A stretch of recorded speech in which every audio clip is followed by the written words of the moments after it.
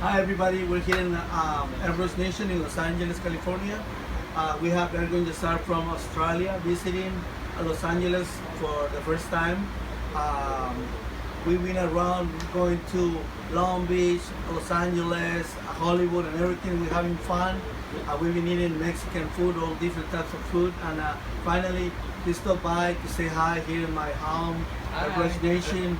And thank you for visiting us, and really, really honored to have you here. Please tell us what was the reason you're coming to the States this time? This is my second time here. I came to teach a attacker hat class in Vegas at the Golden Nugget. It's basically a class where I taught my techniques of painting a hat. I do graffiti style hats, and Herby was one of my students that attended. He's an experienced artist, but he wanted to learn something new. He wanted to take his hat skills that he can apply to his shop and his style. That was why I was here. Yeah, my only thing would be having a longer class, not one day, maybe four, because there's so much to learn in one day. It's not enough. How to control your airbrush, the right distance, the angle for the hats, and pretty much his style. It's hard to catch one style in one day, so hopefully we're gonna talk to Cliff from Airbrush Section to get a longer class, and everybody is invited, and not just from the United States, maybe from Mexico, so and other countries.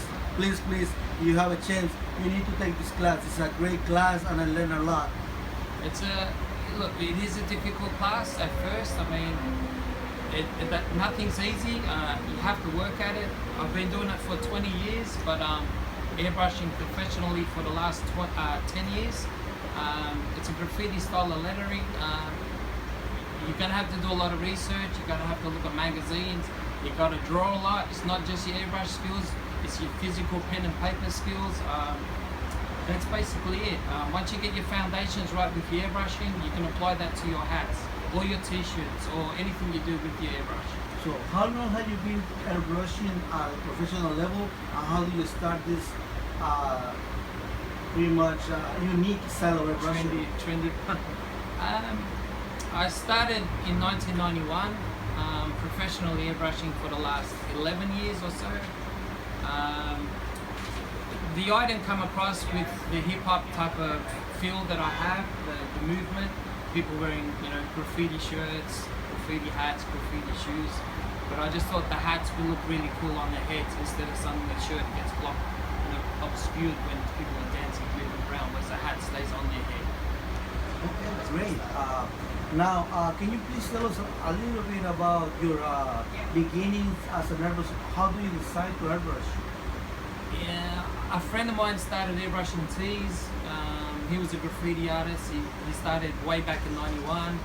I asked him what that tool was. He told me it was an airbrush, and I had to go get myself one. It was a single action VL, and from there I read the Airbrush Action magazines. I seen a lot of influences from like the greats like Terry Hill.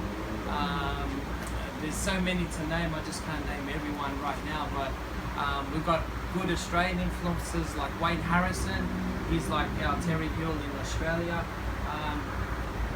That's probably basically from the magazines, from the DVDs that Airbrush Action had put out. Just reading books, seeing things, seeing artworks on the wall. That's where my influence is. What is your point of view of airbrushing nowadays? How do you see the industry?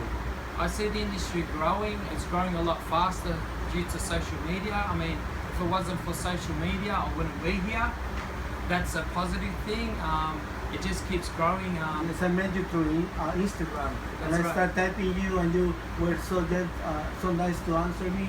And then I met my friend Enoch, and then now the rest. Well, story. look, we're like family now. I mean, Erby's been really humble, and he's taken us around LA, which I'm grateful for, and taking me to his nice workshop where he's got a really good. If you're an artist and you wanna come to LA, please give me a shout out, and let me know you're coming in advance.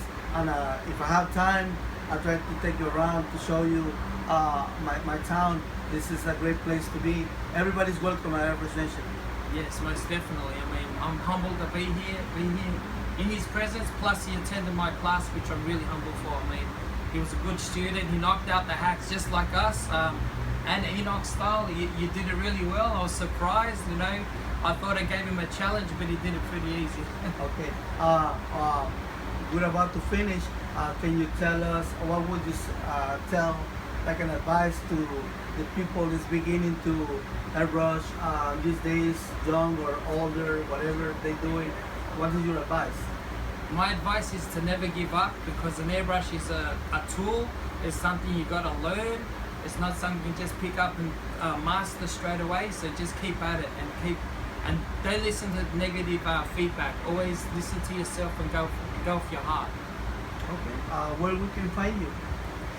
You can find me on Facebook at airbrushtatsandcaps.com.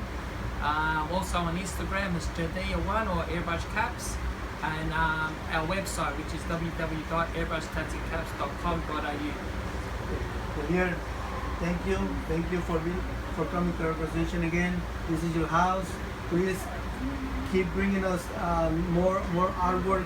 We're always waiting for the new creations, and a special shout out to our friend Chino Nabong from Las Vegas, Nevada, and the great stencils he's creating for the whole industry. If you have a chance, check him out, Nevada Airbrush, and you'll see a lot of great stuff right there.